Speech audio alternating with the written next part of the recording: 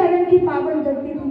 सोनक 5 साल का बच्चा था। तो सोनक ने अपने पिताजी से बोला कि मैं हमेशा भगवान का भक्त बनना चाहता हूँ, ऋषि बनना चाहता हूँ, हमेशा कथा श्रवण मेरे कानों में आती रहे, मैं भगवान का ऐसा भक्त बनना चाहता हूँ। और जब 88,000 ऋषियों ने ये सुना कि एक 5 बरस का बच्चा भगवान का भक्त बनना चाहता है, तो ये 88,000 ऋषि सोनक के साथ जुड़ गए और हो गए सोनक आदि 88,000 ऋषि।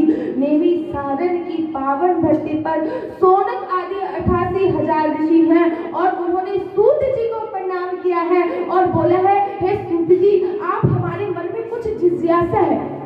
सूत जी कहते, क्या जिज्ञासा है बताओ। अरे हमारे मन में जिज्ञासा है, आप हमारे कुछ प्रश्नों के उत्तर दीजिए।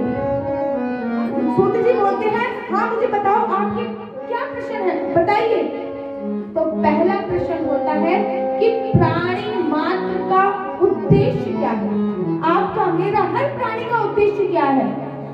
ये आज आपकी कथा, आज की कथा में आप लोग श्रवण करोगे कि आखिर प्राणी मात्र का उद्देश्य क्या है। दूसरा कि बहुत सारे शास्त्र हैं, कोई कहता है शिव महापुराण पढ़ लो, कोई कहता है भक्तमाल पढ़ लो, कोई कहता है रामचरितमानस पढ़ लो, बहुत सारे शास्त्र हैं।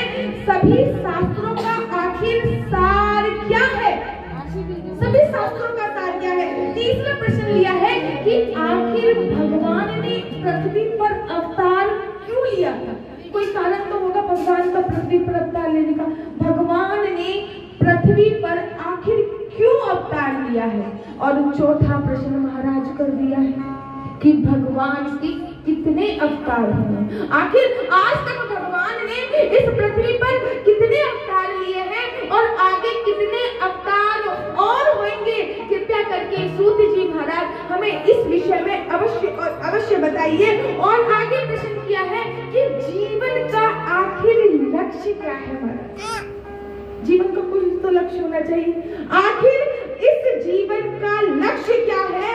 और ये भी पूछा है कि जब भगवान वैकुंठ धाम चले गए तो धर्म किसकी शरण में। भगवान तो अपना पृथ्वी का कार्य समाप्त करके अपने धाम वापस चले गए महाराज। जब भगवान अपने धाम वापस चले गए तो धर्म किसकी शरण में गया है। और महाराज जब सूत जी ने ये 6 प्रश्न सुने हैं तो उनका मन गदगद। उन्होंने कहा, मैं आपको इन 6 प्रश्नों का उत्तर अवश्य दूंगा, लेकिन सबसे पहले मैं अपने गुरु को याद कर लेता हूँ, अपने गुरु को प्रणाम कर लेता हूँ। और उन्होंने सुखदेव मुनि को याद किया। एक बार तो हाथ उठा के बोल दीजिए राधे राधे, ऐसे नहीं, जोर से बोल दीजिए राधे। अच्छा, मैंने कल एक बात कही थी कि मेरी एनर्जी ड्रिंक क्या है। मेरी जो एनर्जी ड्रिंक है जिससे मुझे पावर आती है वो है पृथ्वी माता को नमन करना, पृथ्वी माता को पूजना, भगवान को याद करना। तो आज तो वो एनर्जी ड्रिंक हमने अभी तक ली नहीं है। एक बार वो एनर्जी ड्रिंक लेंगे। उठाइए अपने हाथ दोनों पूरे पूरे और क्या बोलना है, भारत माता की, भारत माता की, सनातन धर्म की, सनातन धर्म की, हिंदू राष्ट्र की, हिंदू राष्ट्र की। जय जय श्री राम, जय जय श्री राम, जय जय श्री राम। राधा रानी के गोलोक धाम में एक तोता था, नाम था सुख। उस सुख तोते का क्या काम था, राधा रानी से जो भी कथा श्रवण करता वो कन्हैया जी को जाके बताता, और कन्हैया जी से जो भी कथा श्रवण करता महाराज वो आके राधा रानी को बताता। उस सुख तोते का यही काम था। अब राधा रानी ने एक बार सुख तोते से कहा, सुख तोते, सुख सुनो बेटा, तुम्हें पृथ्वी लोक पे जाना है क्योंकि मैं लीला करने जा रही हूँ, तुमको पृथ्वी लोक पे जाना है। अब सुख ने बोला, मैया मैं पृथ्वी लोक पे नहीं जाऊंगा। उन्होंने कहा, भाई क्यों पृथ्वी लोक पे नहीं जाओगे। मैया मैं जैसे ही पृथ्वी लोक पे जाऊंगा मुझे माया पकड़ लेगी, मुझे पृथ्वी लोक पे नहीं जाना है। मैया ने कहा कि मैं तुम्हें वरदान देती हूँ कि तुम्हें कोई भी माया नहीं पकड़ेगी। तुम पृथ्वी लोक पर जाकर निवास करो और वही सुख तोता अमरनाथ पर एक सुख नाम के पक्षी के गर्भ से अंडे के रूप में अवतरित होता है।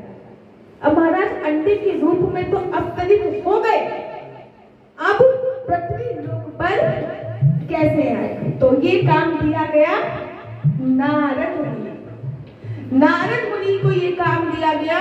नारद मुनि माता पार्वती के पास जाते हैं और माता पार्वती से बोलते हैं, मैया प्रणाम, कैसे हो?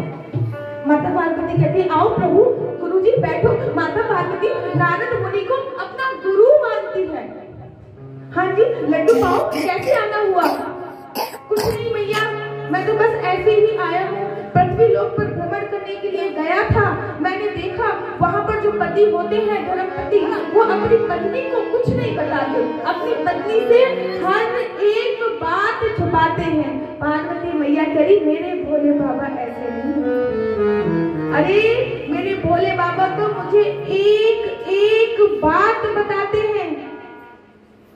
पार्वती मैया ने बोला, अब नारद जी ने बोला, एक एक बात बताते हैं। पार्वती मैया कहा, हाँ एक एक बात मुझे मेरे भोले बाबा बताते हैं। अच्छा एक एक बात बताते हैं, तो मुझे जरा ये बताओ, जो उनके गले में जो ये मुंडों की माला पड़ी है महाराज, ये किसकी है? अब पार्वती मैया ने बोला, ये तो मुझे नहीं पता किसकी है। अरे अभी तो आप कह रही थी एक एक बात बताते हैं, आपको नहीं पता मुंडों की माला किसकी है? अरे इस बार जब भोले बाबा अभी समाधि से आएंगे ना, मैं पूछूंगी, क्योंकि मैंने अभी तक पूछा ही नहीं है। तो नारद जी कहते हैं, ऐसे नहीं बताएंगे वो आपको। अरे तो कैसे बताएंगे? आपको रुष्ट होना पड़ेगा। जब भोले बाबा समाधि से ध्यान से वापस आए तो आप रुष्ट हो जाना, उनकी आरती भी मत करना। अब पार्वती मैया कहती है कि एक पत्नी का ये परम कर्तव्य होता है कि जब भी उसका पति आए उनसे भोजन के लिए पूछना, उनकी सेवा करना। तो नारद मुनि कहते हैं, ऐसे काम नहीं चलेगा मैया, आपको रुष्ट होना पड़ेगा, तभी भोले बाबा आपको बताएंगे। और ये काम करके इतना सा बोल के नारद मुनि तो 9-11 बोली। थोड़ी देर बाद भोले बाबा कैलाश आते हैं, और जब भोले बाबा कैलाश आते हैं महाराज, तो क्या देखते हैं कि पार्वती मैया रुष्ट हुई पड़ी है, क्रोध में है। भोले बाबा कहते हैं, उमा क्या हुआ? पार्वती मैया कहती है, मुझे आपसे बात नहीं करनी। अरे मुझे बताओ तो सही, आखिर क्या हुआ है? पार्वती कहती है, मुझे आप बात मत करो। अरे भोले बाबा कहते हैं, मुझे ये बता दो, ये लड़ुआ कढ़ाई पर रखे हुए, कोई आया था क्या? सोई पार्वती मैया कहती है, नारद जी आए थे। तभी भोले बाबा समझ जाते हैं, अच्छा नारद जी आए थे। महाराज खुद का घर बसता नहीं है, दूसरों का बसने नहीं देते। अब नारद जी आए थे तो कुछ ना कुछ करके जरूर गए होंगे। अच्छा मुझे ये बताओ कि रुष्ट क्यों हो आप? क्या परेशानी है? आप मुझसे प्यार नहीं करते? पार्वती मैया कहती है, प्रभु आप मुझसे प्रेम ही नहीं करते हो। भोले बाबा कहते हैं, क्यों प्रेम नहीं करता? पार्वती मैया कहती है, अगर प्रेम करते हो तो मुझे ये बताओ, आपके गले में जो ये मुंडों की माला है महाराज, ये किसकी है? तो भोले बाबा कहते हैं कि उमा, ये मुंडों की माला किसी और की नहीं, ये तुम्हारी है। जब जब तुमने जन्म लिया है और जब जब तुम्हारा मृत्यु हुई है, तब तक तुम्हारे गले के जो मुंड है वो मैंने अपनी मुंडों की माला में धारण कर लिया। अब तो पार्वती मैया को और भी क्रोध आ गया महाराज। कह रही, अच्छा मैंने कितनी बार जन्म ले लिया, कितनी बार मेरी मृत्यु हो गई, आपने ऐसी कौन सी अमर बूटी खा रखी है कि आप जिए जा रहे हो और मैं मरी जा रही हूँ। सोई पार्वती मैया से भोले बाबा बोलते हैं, मैंने कोई अमर बूटी नहीं खाई महाराज। अमर बूटी नहीं खाई तो मैंने अमर कथा का अपमान किया हुआ है। और पार्वती मैया कहती है, प्रभु जो अमर कथा का अपमान आपने किया है, उस अमर कथा का अपमान आप मुझे भी भोले बाबा प्रसन्न हो जाते हैं, क्योंकि भोले बाबा जी का पसंदीदा कार्य है ये कि राम नाम उनके हृदय में हमेशा गूंजना चाहिए। ये भोले बाबा जी का पसंदीदा कार्य है। आप लोग कहते हैं कि भोले बाबा जी ने ना विष पी लिया, कंठ में क्यों रखा, हृदय में क्यों नहीं जाने दिया? जब भोले बाबा ने विष पिया, जब भोले बाबा ने विष पिया तब अपने कंठ में रखा, हृदय में नहीं जाने दिया। हृदय में क्यों नहीं जाने दिया? क्योंकि भोले बाबा ने बोला कि हृदय में तो मेरे इष्ट, मेरे आराध्य भगवान राम है, मैं उनके नाम को भी तनिक भी पीड़ा नहीं देना चाहता, इसलिए पूरा का पूरा विष उन्होंने अपने गले में रखा, हृदय तक नहीं जाने दिया। महाराज भोले बाबा प्रसन्न हो गए हैं। आज तो कथा श्रवण करने का, कथा बोलने का मौका मिलेगा, प्रभु को याद करने का मौका मिलेगा। भोले बाबा माता पार्वती को लेकर अमरनाथ चले हैं, और जैसे ही भोले बाबा माता पार्वती को लेकर अमरनाथ चले हैं, अमरनाथ पहुंचते ही उन्होंने जोर से डमरू बजाया है महाराज, और जैसे ही जोर से डमरू बजाया है, सारे पशु पक्षी वहां से चले गए। भोले बाबा ने चारों तरफ देखा, सारे पशु पक्षी चले गए, लेकिन वो जो अंडा था, डमरू की आवाज से वो अंडा नीचे गिर गया और फूट गया। अब भोले बाबा ने अपनी अमर कथा बोलना प्रारंभ किया है। जब भोले बाबा ने अपनी अमर कथा बोलना प्रारंभ किया है तो पार्वती मैया से बोला है, पार्वती उमा सुनो, जब भी मैं आपको कथा बताऊं तब हुंकार की आवाज जरूर देते रहना। मैं जो भी प्रसंग करूं आपको जरूर बोलना है। जैसे मैं आपसे कहती हूँ ना कि जब भी मैं कथा करूं और जब भी मैं बोलूं, दोनों हाथ ऊपर करो तो समझ लीजिए राधे राधे बोलना है। तो एक बार बोलिए राधे राधे।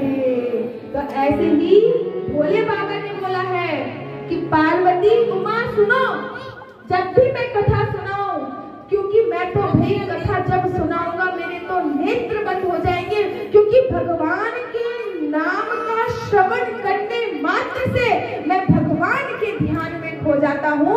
तुम हुंकार भरते रहना ताकि मुझे पता चल सके तुम कथा श्रवण कर रही हो। अब भोले बाबा ने कथा सुनाना प्रारंभ किया। जब महाराज भोले बाबा ने कथा सुनाना प्रारंभ किया, पार्वती मैया ने आधी कथा तक तो हुंकार भरा, आधी कथा के बाद पार्वती मैया नींद में चली गई, पार्वती मैया सो गई। अब तो जो सुख तोता था, सुख पक्षी था, आधी कथा सुनने के बाद उसमें प्राण आ गए थे और वो एक तोते के रूप में अवतरित हो गया था। उसने देखा कि मैया सो गई है, अब हूँ कौन करे, अरे हूँ मैं ही करने चालू कर देता हूँ। उस सुख तोते ने हूँ करना चालू कर दिया। भोले बाबा कथा सुनाए जा रहे हैं, वो सुख तोता हूँ करा जा रहा है। और जैसे ही कथा खत्म हुई, भोले बाबा ने दोनों हाथ उठाकर बोला है, बोलिए राधे राधे, बोलिए सियावर रामचंद्र की। और जैसे ही ऐसे बोला है, पार्वती मैया के नेत्र खुल गए, पार्वती मैया जग गई। प्रभु कथा खत्म हो गई, कथा विश्राम हो गई। हाँ देवी कथा विश्राम हो गई, क्या हुआ, तुमने कथा पूरी सुनी नहीं? अरे नहीं प्रभु, बीच में ही मुझे नींद आ गई थी, मैं तो बीच में सो गई थी। तो भोले बाबा ने इधर उधर देखा तो ये हूँ की आवाज कौन कर रहा था? देखा एक सुख तोता जो हूँ की आवाज कर रहा था। अब देखो भोले बाबा कितने भोले हैं, और भोले बाबा त्रिशूल लेके उस सुख तोते के पीछे पड़ गए हैं और क्या कह रहे हैं कि सुख तोते से, हे दुष्ट, हे पापी, तूने मेरी अमर कथा की चोरी कर ली है, आज मैं तुझे छोड़ूंगा नहीं। महाराज सुख तोता आगे आगे भागा जा रहा है, भोले बाबा पीछे पीछे भाग रहे हैं। सुख तोता आगे आगे भागा जा रहा है, भोले बाबा पीछे पीछे जा रहे हैं। सुख तोता भागते भागते वेद व्यास जी के आश्रम में जा पहुंचा।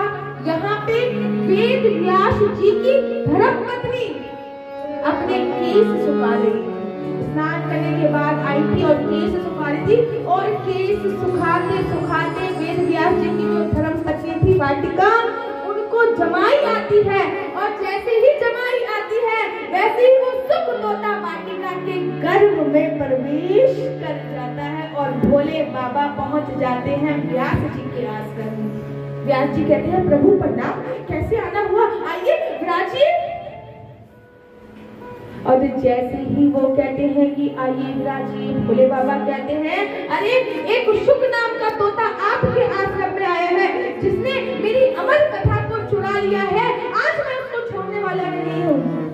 तो व्यास जी कहते हैं बाबा आपको ऐसे ही भोले नहीं बोला जाता, आप सच्ची में भोले हो महाराज, इसलिए आपको भोले बोला जाता है। अरे जिसने अमर कथा ही सुन ली हो उसका बाल विवाह का कौन कर सकता है महाराज, आप सच्ची में भोले हो इसलिए आपको भोले बोला जाता है। कालांतर में 12 वर्षों के बाद सुखदेव मुनि का जन्म हुआ है, जन्म हो ही नहीं रहा था सुखदेव मुनि का वाटिका के गर्भ से। व्यास जी बोलते हैं प्रभु निकलो, प्रभु निकलो, लेकिन वाटिका के गर्भ से सुखदेव मुनि का प्रादुर्भाव हो ही नहीं रहा था। और जैसे ही 12 वर्षों के बाद सुखदेव मुनि का प्रादुर्भाव हुआ है, वैसे ही उनका कोई भी संस्कार नहीं हुआ, जात कर्म संस्कार भी नहीं हुआ, सीधे वन में चले गए हैं। 12 वर्षों के बाद जन्म लेते सीधे सीधे वन में चले जा रहे हैं सुखदेव मुनि, पीछे पीछे व्यास जी जा रहे हैं। पुत्र सुनो तो सही, अरे पुत्र सुनो तो सही, लेकिन वो कुछ भी जवाब नहीं दे रहे हैं। उनकी तरफ से पेड़ पौधों ने जवाब दिया है कि इनको वरदान है कि इनको माया छू भी